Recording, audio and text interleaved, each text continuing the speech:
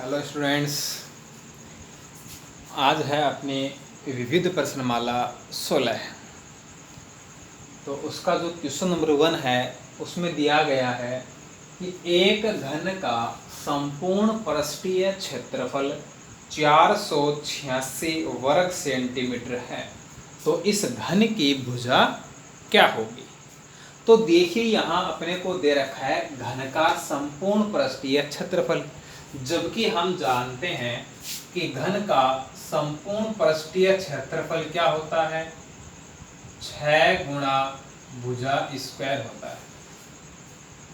ठीक है, अब होता तो 6 गुणा भुजा स्क्वायर है और दे रखा कितना है 486, तो दोनों मान बराबर हो गए। अब हमें यहाँ इस भुजा का मान ज्ञात करना है, तो 6 को हटाएंगे, 6 गुणा में है तो बाद में 448 बटे 6, 6 का भाग लगाएं, 6 8 48, 0 6 उतार लिया, 6 एकम 6। हमें मान ज्ञात करना है भुजा का, तो ये 2 घात हटाएंगे, 2 घात हटाने का मतलब है वर्गमूल, और 81 का वर्गमूल होता है 9, आगे लग जाएगा सेंटीमीटर। तो इस प्रकार हम कह सकते हैं कि जो घन की भुजा है वो कितनी होगी, 9 सेंटीमीटर होगी। ठीक है, अब देखते हैं क्वेश्चन नंबर 2। क्वेश्चन नंबर 2 है, इसमें हमें एक घनाभ की लंबाई, चौड़ाई और ऊंचाई दे रखी है। क्वेश्चन नंबर 2 है, घनाभ की लंबाई, ये तो है 9 मीटर, घनाभ की चौड़ाई ये है 2 मीटर, और घनाभ की ऊंचाई ये दे रखी है 1 मीटर, और कह दिया कि घनाभ का पृष्ठीय क्षेत्रफल ज्ञात कीजिए। अब घनाभ का पृष्ठीय क्षेत्रफल क्या होता है, 2 गुणा LB plus BH plus LH। तो हमें 3 मान चाहिए होंगे, L, B और H, तीनों मान यहाँ हमें दिए हुए हैं।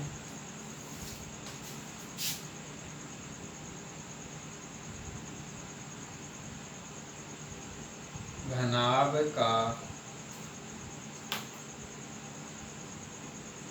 संपूर्ण पृष्ठीय क्षेत्रफल क्या है, 2 गुणा LB plus BH plus LH।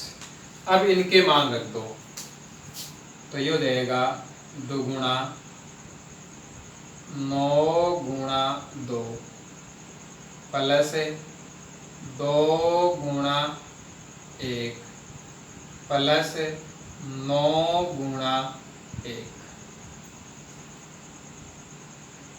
2 गुणा 9 दूनी 18, 2 एकम 2, 9 एकम 9, 2 गुणा, तीनों को जोड़ दो, 18 और 2 20, 20 और 9 29।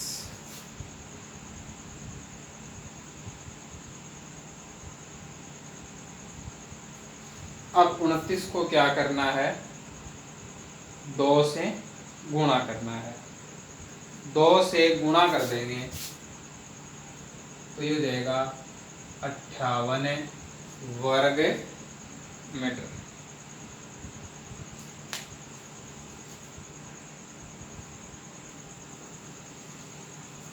अब देखिए इसमें अपने को जो ऑप्शन दे रखे हैं उसमें 58 वर्ग मीटर तो है ही नहीं, 11, 12, 22 ऐसे उसमें ऑप्शन दे रखे हैं। तो देखो क्वेश्चन में कहा गया है कि घनाभ का पृष्ठीय क्षेत्रफल ज्ञात कीजिए, वहां पे ये जो संपूर्ण शब्द है ये नहीं दे रखा। ठीक है, तो क्वेश्चन में जो बात पूछी गई है जो पृष्ठीय क्षेत्रफल पूछा गया है उसका अर्थ है सिर्फ इन 4 दीवारों से, यानी छत और जो आधार है उसको शामिल नहीं किया गया है। ठीक है, तो इसको हम क्या करते हैं,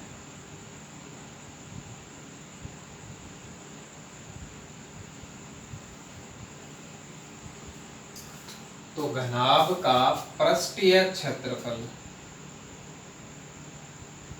यानी चारों दीवारों का क्षेत्रफल। ठीक है, क्या फॉर्मूला है, दुगुना लंबाई प्लस चौड़ाई गुणा ऊंचाई, तो दुगुना 9 प्लस 2 गुणा 1, तो 9 प्लस 2 कितना हो जाएगा 11, और 11 को 2 से गुणा कर देंगे तो 11 दूनी 22, और 22 को 1 से गुणा करना है तो 22 एकम 22 वर्ग मीटर। ठीक है, तो उस घनाभ का जो पृष्ठीय क्षेत्रफल होगा वो कितना हो जाएगा 22 वर्ग मीटर हो जाएगा। ठीक है, तो यहाँ हमें संपूर्ण पृष्ठ ज्ञात नहीं करना, सिर्फ क्या ज्ञात करना है, चारों दीवारों का क्षेत्रफल। ठीक है, पृष्ठीय क्षेत्रफल बोला गया है और पृष्ठीय क्षेत्रफल का मतलब सिर्फ चारों दीवारों का। अब देखिए बात करते हैं क्वेश्चन नंबर 3 की। क्वेश्चन नंबर जो 3 है उसमें एक गोले का व्यास दिया हुआ है, एक गोले का व्यास, और गोले का जो व्यास है वो दिया हुआ है 6 सेंटीमीटर। हमें तो त्रिज्या चाहिए होती है। ठीक है, तो व्यास का आधा कर दो, तो आर का मान क्या हो जाएगा 6/2 यानी 3 सेंटीमीटर। तो उस गोले की जो त्रिज्या है वो कितनी हो गई 3 सेंटीमीटर हो गई। अब इसमें गोले का आयतन पूछा गया है।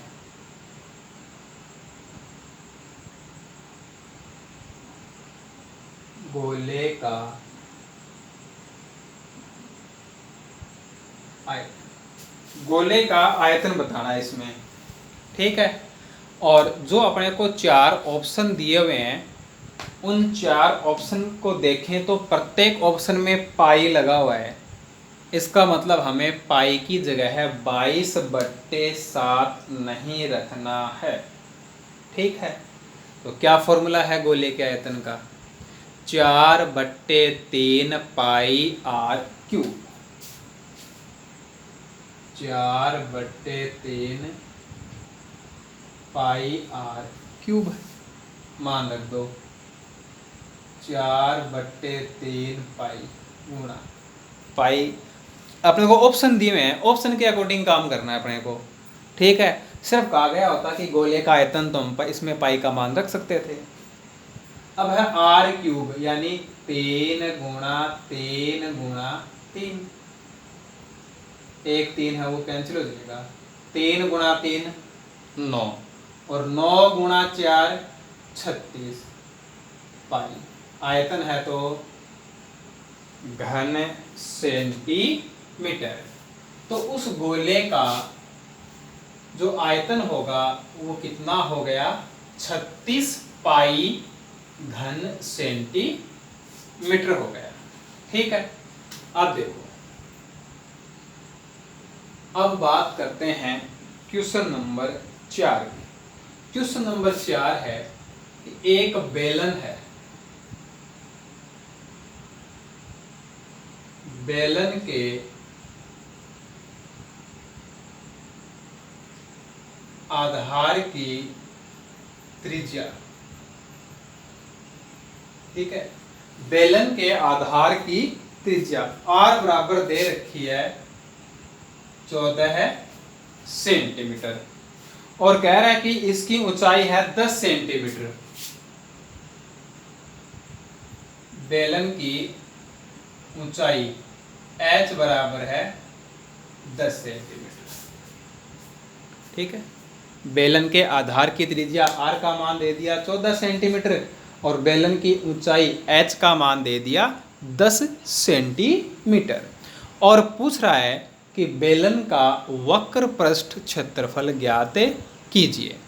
तो हमें इसमें बेलन का वक्र पृष्ठ ज्ञात करना है। क्या फॉर्मूला है? 2πr(h). किसका मान चाहिए? r का और h का। अपने पास r का मान भी है, अपने पास h का मान भी है।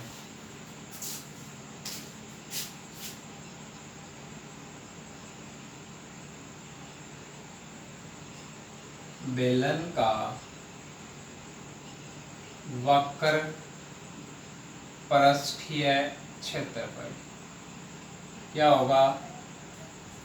2πr(h). अब इसमें क्या करना है? मान रखना है। तो चलिए 2 गुणा 22/7 गुणा 14 गुणा 10, 7 दूनी 14।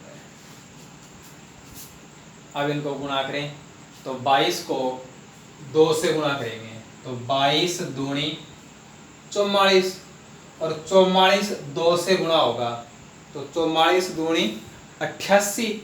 88 को क्या करना है? 10 से गुणा करना है। 88 को 10 से गुणा करने का मतलब है 88 के आगे एक 0, और वक्र पृष्ठ है तो वर्ग सेंटीमीटर। ठीक है, तो इस प्रकार से बेलन का जो वक्र पृष्ठीय क्षेत्रफल है वो हो जाएगा 880 वर्ग सेंटीमीटर।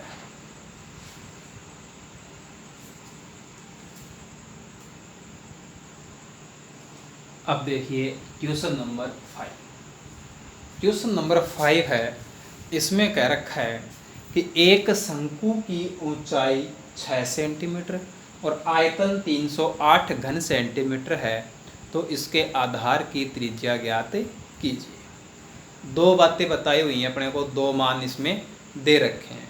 ठीक है, तो दोनों मान हमने लिख लिए। क्या क्या दे रखा है कि शंकु की ऊंचाई h बराबर हो गई 6 सेंटीमीटर और शंकु का आयतन बराबर हो गया 308 घन सेंटीमीटर।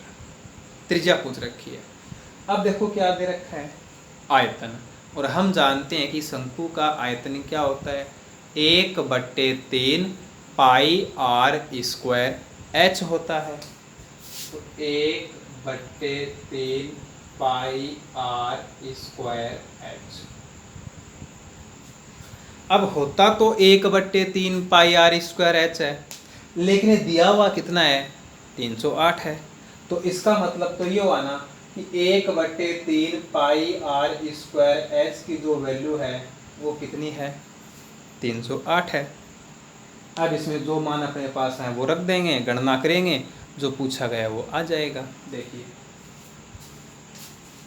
1/3 गुणा 22/7 गुणा r का हमें ज्ञात करना है, h का 6, 308, 3 दूनी 6। r² बराबर पक्षांतन कर दें 308 गुणा 7/22 गुणा 2। 22 का भाग 308 में 22 एकम 22, 8 बचेंगे, 8 उतार लेंगे 88, 14 संती या 2 का भाग 14 में और लग जाएगा,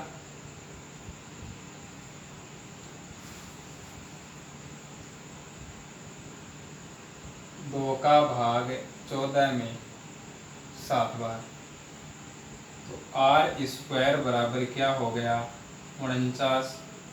तो r बराबर √49, और √49 यानी 49 का वर्गमूल कितना होगा?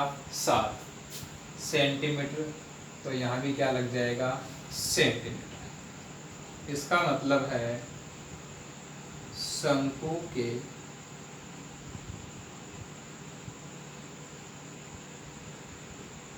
आधार की त्रिज्या, शंकु के आधार की त्रिज्या ये कितनी हो जाएगी? 7 सेंटीमीटर हो जाएगी। ठीक है, तो ये था अपना क्वेश्चन नंबर 5।